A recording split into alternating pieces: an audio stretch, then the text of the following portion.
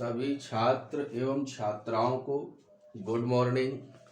आज आपको इस वीडियो में जो आपकी कॉम्प्लेक्स नंबर की एक्सरसाइज चल रही थी, आज हम उसकी बिल्कुल अंतिम एक्सरसाइज यानी कि विविध प्रश्नावली को पढ़ेंगे। विविध प्रश्नावली को, और यह प्रश्नावली तो आप वैसे भी जानते हैं कि इसमें कैसे प्रश्न होते हैं। इसमें सब वही प्रश्न होते हैं लगभग जिस प्रकार के प्रश्न आप अपनी पिछली एक्सरसाइजों में पढ़ चुके होते हैं। इसका मतलब इसमें पैटर्न कोई नया नहीं होता है, बस प्रश्न के संख्याओं का नयापन होता है, यानी संख्याओं में बदलाव होता है। पैटर्न यानी तौर तरीके सब वही पुराने हैं जो आपकी पिछली एक्सरसाइजों में थे। इसलिए ध्यान दें, सभी छात्र इसमें क्या करेंगे, हम तो जो आपको बता रहे हैं उसे तो आपको हल करना ही है, और इस प्रकार के अन्य प्रश्नों को भी आप मन लगा करके घर में हल करेंगे, तभी आपको पूरा लाभ मिलेगा इस वीडियो का। तो ध्यान दें, आज आपको इस वीडियो में जो सबसे पहला क्वेश्चन है वो पहले ध्यान से देखो। वो इस प्रकार से है, कहता है i की घात 18 और धन 1/i की होल पावर 25 और पूरे की होल पावर 3 है।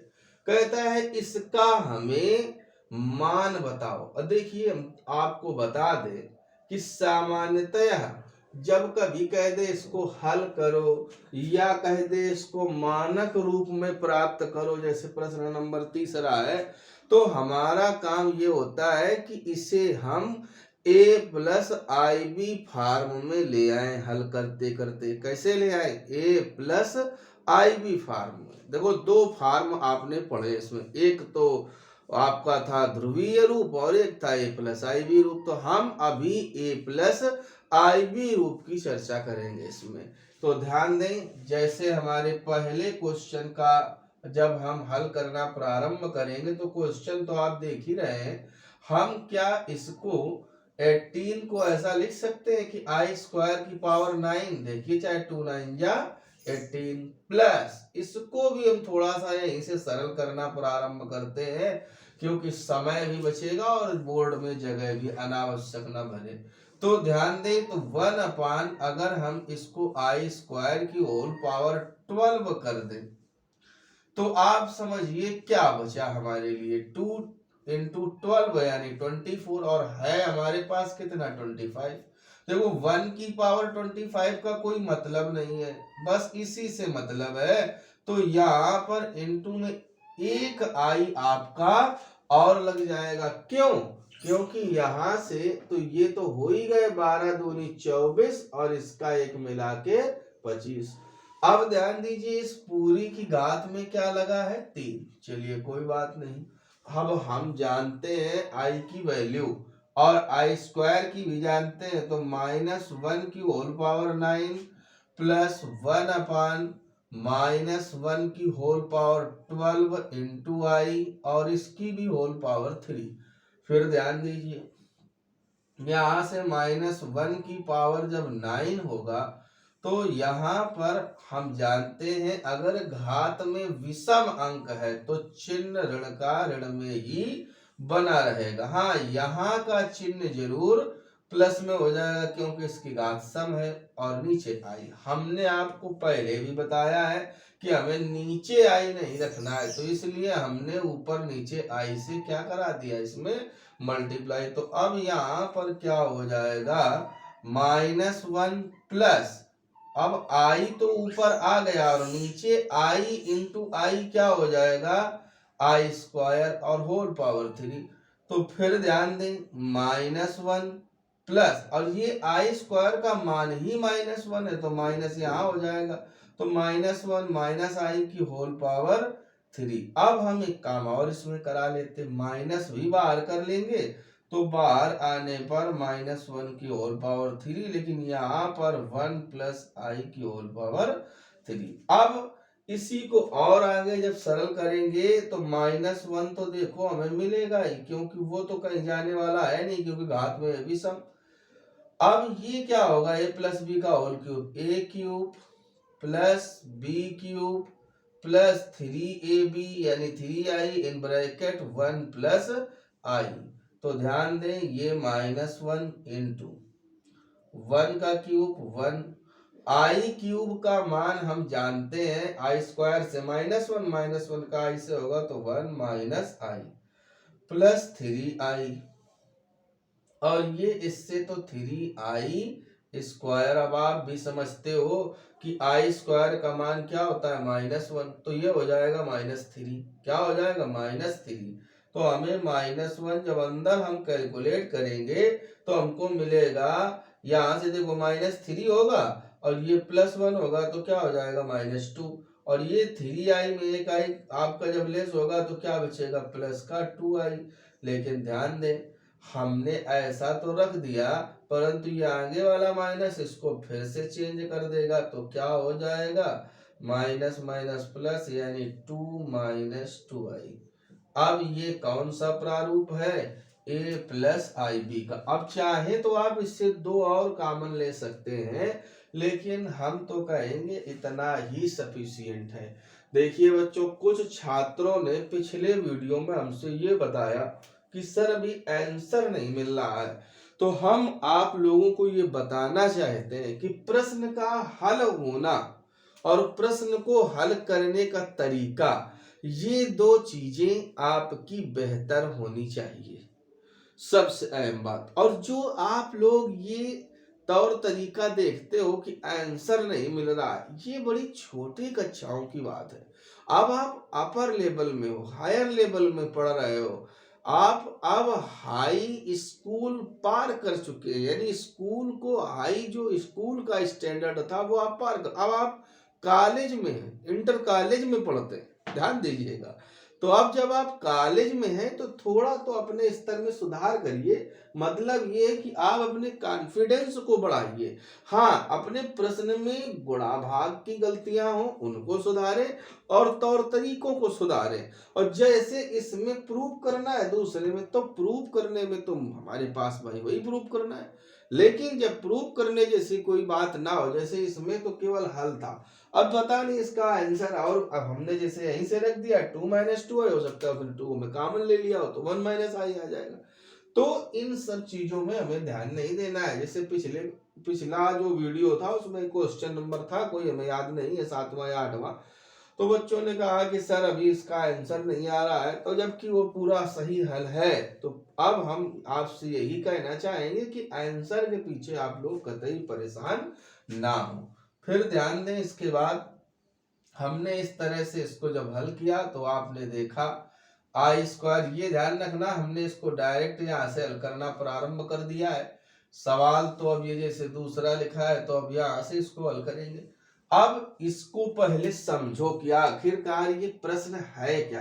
कहता है prove that real number z1 z2 is equal to real number z1 into real number z2 minus imagine number z1 into imagine number z2। Imaginary का मतलब है अधिकल्पित या काल्पनिक, यानी आई के गुणांक वाले, और रियल का नंबर है वास्तविक संख्याएं, यानी जिसमें आई ना लगा हो। अब यहाँ पर तुम्हें मानना ये पड़ेगा कि z1 और z2 अपनी तरफ से कोई 2 सम्मिश्र संख्याएं आपको माननी पड़ेगी। तो हम मान लेंगे क्या कि माना z1 बराबर अपनी तरफ से a प्लस आई बी मान लो, और कामा z2 बराबर c प्लस आई डी मान लो। आपने इस प्रकार से आपने अपनी सम्मिश्र संख्याएं मान ली, यानी z1 के लिए भी और z2 के लिए भी। तो इसलिए अब हम पहले इसकी LHS में z1 z2 आता है, तो पहले हम z1 z2 निकलवा लें। z1 और z2 का मतलब है a plus I B into C plus I D. चलिए गुणा करा लेते हैं। a का कराओगे तो क्या आएगा ac plus I into A D plus I into B C plus I square into B D, और आई स्क्वायर का मान आपको पता है क्या होता है -1। तो यानी वहां से हमको मिलेगा ए सी माइनस बी डी, वो यहाँ आ जाएगा, प्लस आई अगर हम इन दोनों से कॉमन ले लेंगे तो A D plus B C, ऐसे हमने रख दिया। फिर ध्यान दीजिए, अतः हमको एलएचएस में क्या दिखता है, real number Z1 Z2, real number Z1 Z2। तो जब रियल नंबर हम Z1 Z2 देख रहे हैं तो वो है क्या रियल नंबर Z1 Z2, यानी इसकी तो वास्तविक संख्या है AC माइनस BD। चलिए कोई बात नहीं, हमने रख दिया AC माइनस BD, काल्पनिक से कोई लेना देना नहीं है। अब आगे बात आती है कि बराबर में ये प्रूव होना चाहिए, तो अब इसी के बराबर हम कहते हैं, जहाँ ये A क्या है, अब जरा अपने A को ध्यान दें, तो A क्या है, ये Z1 का रियल नंबर, C क्या है, Z2 का रियल नंबर, B क्या है, B है Z1 का इमेजिनरी नंबर, ठीक, D क्या है, Z2 का इमेजिनरी नंबर। देखो सब कुछ मिल रहा है आपका, एक तरह से तो ये सिद्ध ही हो गया, बस इसमें कुछ नहीं बचा है, लेकिन फिर भी हम आपको फिर से बता रहे हैं, हमने ऐसे माना, गुणा कराया, ये मान मिला, हमने रख लिया रियल नंबर Z1 Z2 की वैल्यू क्या, AC माइनस BD। फिर हम कहते हैं अपनी RHS ले लो, क्या ले लो, RHS। ये तो बात थी एक तरह से LHS की। अब RHS क्या है, इमेजिनरी नंबर नहीं, पहले real number Z1 into real number Z2 minus imaginary number Z1 into imaginary number Z2। ध्यान दीजिए, रियल नंबर Z1 की वैल्यू क्या है, A, रियल नंबर Z2 की क्या वैल्यू है, Z2 में रियल यानी वास्तविक संख्या क्या है, C, minus imaginary number Z1 यानी जिसमें I का गुणा होता है Z1 में, वो क्या है, B, और इनटू इमेजिनरी नंबर Z2 का मान क्या है, D।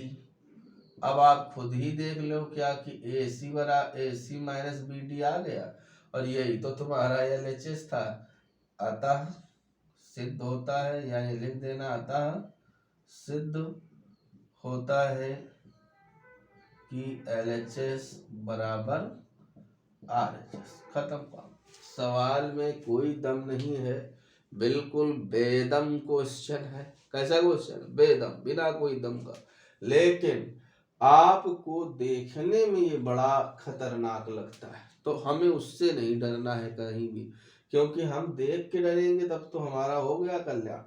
अब चलिए खैर, इस दूसरे क्वेश्चन को हमने पूरा किया। अब हम इसके बाद स्टार्ट करेंगे क्वेश्चन नंबर तीसरा। ध्यान दें, क्वेश्चन नंबर तीसरे में करना क्या है, पहले इस पर विचार करो। करना आपको ये है कि इसे मानक रूप में लिखना है। कौन से रूप में लिखना है, मानक रूप में, यानी अंत में A प्लस IB के रूप में आना चाहिए। तो कोई दिक्कत नहीं, हम यहीं से हल करना प्रारंभ कर देते हैं। इसमें एलसीएम दिलवा देते हैं, कितना, 1 माइनस 4i और इंटू 1 प्लस आई। तो जब ये कैंसिल हो जाएगा तो 1 प्लस आई आएगा -2। अब जब ये 1 प्लस आई कैंसिल हो जाएगा तो 1 माइनस 4i। बोलो हमें इस प्रकार से मिल जाएगा। हमने यहाँ लिया एलसीएम, ऐसे रख दिया, तो जब ये इससे कैंसिल हुआ तो ये आया, अब इसका हमने इसमें ऐसे गुणा किया, फिर इससे कैंसिल हुआ तो इसका इसमें हमने करा दिया। अब जरा उधर वाले को भी देखो, अभी इसका भी कैलकुलेशन कराते। इसमें तो हमें लगता है परिमेयकरण करना पड़ेगा, यानी 3 माइनस 4i अपान 5 प्लस आई तो है, लेकिन इसमें मल्टीप्लाई कराओ 5 माइनस आई अपान 5 माइनस आई का, तो ये हो जाएगा इसका आपस में क्या, संयुग्मी गुणा। तो अब वो भी कराएंगे, पहले इसको जरा थोड़ा सा सॉल्व करा लीजिए। तो ये क्या बनेगा, 1 प्लस आई -2 और minus minus plus 8i, minus minus plus 8i।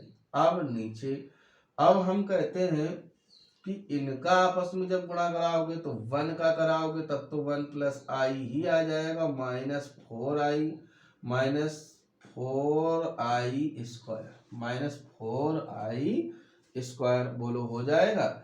अब हम ये ध्यान दें, इसमें जरा क्या होगा, इसमें भी आप अपने क्रम से जब 5 से गुणा करेंगे तो 5 3 जा 15 -5 4 जा 20i, फिर माइनस आई का तो -3i, लेकिन माइनस माइनस प्लस 4i²। ये हमको मिला कहाँ से, जब माइनस का माइनस से मल्टीप्लाई हुआ, बोलो ध्यान रहेगा। अब नीचे वाले का तो कराओगे तो a+b और a-b यानी a² - b²। चलिए और जरा कैलकुलेट करते हैं इसको, तो ये क्या हो जाएगा, 1 - 2 यानी माइनस का 1 और i + 8i मिलके 9i। और नीचे जरा ध्यान दें, माइनस का जो 4i² है तो i² का मान होता है -1, तो ये माइनस माइनस हो जाएगा प्लस, तो 4 + 1 मिलके क्या मिल जाएगा 5, और i - 4i यानी माइनस का 3i इनटू, यहाँ भी ध्यान दें। अब यहाँ पर क्या मिलने वाला है, यहाँ पर हम ये देख रहे हैं 4i² है तो ये माइनस का 4 हो जाएगा, तो 15 - 4 यानी 11। और फिर से ध्यान दें, यहाँ पर ये दोनों तो खैर ऐड हो जाएंगे यानी -23i। फिर ध्यान दीजिए ये तो 25 माइनस माइनस हो जाएगा प्लस, क्योंकि i² की वैल्यू -1, तो ये हो जाएगा 26। हमको ये मिल गया, लेकिन अब हम ऊपर भी गुणा करा लें या बाद में करा लें, उसके पहले ही हम इसका परिमेयकरण करा लें, क्योंकि नीचे हर में आई नहीं रहना चाहिए। तो -1 + 9i में किसका 5 + 3i से, और नीचे भी 5 - 3i में 5 + 3i से मल्टीप्लाई। अब उधर वाले में कुछ नहीं करना है, अभी 11 - 23i होल अपॉन 26 रखा रहने दो, पहले इनका आपस में जरा करा लीजिए मल्टीप्लाई। तो क्या आएगा, -5 + 45i + 3i का जब होगा -1 से तो -3i, और प्लस 3 9 जा 27i², और नीचे तो आप समझते ही हो a - b इंटू a+b यानी a² - b² यानी -3 × 9i²। और यहाँ पर क्या है, यहाँ पर तो आप समझते हो 11 - 23i होल अपॉन 26। चलिए कोई बात नहीं, वापस आ जाते हैं यहाँ से, फिर से अपना हम मान रखते हैं। तो क्या मिलने वाला है, माइनस का 5 है और वो देखिए i² भी इसको माइनस कर देगा, यानी माइनस का 27, तो -27 और -5 मिलके -32। और ये देखिए 45i में 3i जब लेस होंगे तो क्या होगा, +42i होल अपॉन। अब यहाँ से भी ध्यान दो, ये 25 और माइनस माइनस प्लस हो जाएगा यानी ये 34 इंटू यहाँ से 11 - 23i अपॉन 26। तो अब यह ध्यान देने की जरूरत है कि हम इससे कितना ऊपर कॉमन लेंगे, हम इससे 2 लेंगे कॉमन, कितना लेंगे 2। तो जैसे ही हम यहाँ से 2 लेंगे तो यहाँ बचेगा ऋण का 16 और यहाँ बचेगा धन का 21i, लेकिन नीचे भी आधे हो जाएंगे यानी 17, और गुणा में 11 - 23i होल अपॉन 26। कोई दिक्कत नहीं है, अंश अंश का गुणा और हर हर का गुणा। एक चीज से हम फ्री हो गए कि अब हमें नीचे कहीं आई नजर नहीं आता है। तो चलिए गुणा कराते हैं, 11 का गुणा पहले ऋण 16 में, तो ऋण 11 छक्का 66, 11 एकम 11 और 6 17, हमको ये मिला। और फिर 11 का कराओ तो धन 11 एकम 11 और 11 दूनी 22 और 1 23 यानी 231 आई। चलिए ऋण 23 का कराते हैं, तो ऋण 23 तो ऋण ऋण पहली बात तो धन, और 16 तिरका 48 की 8 हसीला कितने 4 और 16 दूनी 32, 16 दूनी 32 और 4 36 यानी 368 आई। अब देखिए ऋण 23 का ऋण 16 से हो गया, अब ऋण 23 का धन 21 आई से तो ऋण का ही हो जाएगा। अब 21 गुणा 23 यानी 21 तिरका 63 की 3 अस्सी लाख 6 और 21 दूनी 42 और 6 48 483 आई स्क्वायर 483 आई स्क्वायर। अब ध्यान दें नीचे क्या है, नीचे भी तो आप गुणा कराएंगे। 17 छक्का 102 दो अस्सी लाख कितने 10 और 17 दूनी 34 और 34 और 10 कितना हो गया 44 यानी हमें मिला 442। अब ध्यान दें इसके बाद फिर अब हम इसके आगे से जब बढ़ेंगे तो वास्तविक वास्तविक एक जगह और काल्पनिक काल्पनिक एक जगह। तो हम ये ध्यान देंगे कि ये जो 483 है ये माइनस माइनस क्या हो जाएगा प्लस का, और 483 में 176 क्या होगा घटेगा। तो कितना आने वाला है 13 में 6 गए 7 और यहाँ पर बचेगा कितना 7 7 में 7 गए 0 और यहाँ बचेगा आपका कितना आपका तो 4 बचेगा तो 4 में 1 गए 3 यानी 307 और बटे में कितना 442 307 बटे 442। और फिर ध्यान दें इसमें जब इतना आपने रख दिया क्योंकि ये माइनस माइनस प्लस, अब इनको भी जोड़ दो तो ये तो हो जाएंगे 8 1 9 8 1 9 और 6 3 9 और 3 2 599 बटे 442 सबके लिए हमने अलग अलग, और इसमें क्या लगा है आई। तो अब आप ध्यान दें जो आपका प्रश्न था यानी ये जो प्रश्न यहाँ पर था प्रश्न नंबर 3 कहता था उसे मानक रूप में लिखो, तो हमने अब तक केवल उसको सरल करने का प्रयास किया है। सरल करते करते करते हमें अंत में ये मिल जाता है कि ये वास्तविक मान है और ये काल्पनिक मान है। बस हमारा उद्देश्य इतना है, मानक रूप का उद्देश्य इतना है। अब आंसर का उद्देश्य क्या है उससे हम आपको फिर से बता दें कि उससे हमें परेशान नहीं होना। हाँ ये देख लिया करो कि कहीं गुणा भाग मिस्टेक ना हो, बस हमें इसको देखना है और हमें कुछ भी ध्यान नहीं देना है। नियम देखना है, गुणा भाग देखना है, गणित में इतना ही देखा जाता है बस। आंसर के कई स्टेप होते हैं इसलिए कभी कभी मिलता है और कभी कभी नहीं मिलता है। तो हमने ये देखा और इस तरह से हमने अपने इन तीनों प्रश्नों का हल प्राप्त किया। तो चलिए ठीक है, इन 3 को लगाओ और इन 3 के अपने सहारे अन्य क्वेश्चनों को भी लगाइए और यदि उनमें कोई समस्या आती है तो उन्हें बताइए, हम आपको हल देंगे। तब तक इनको तैयार करें।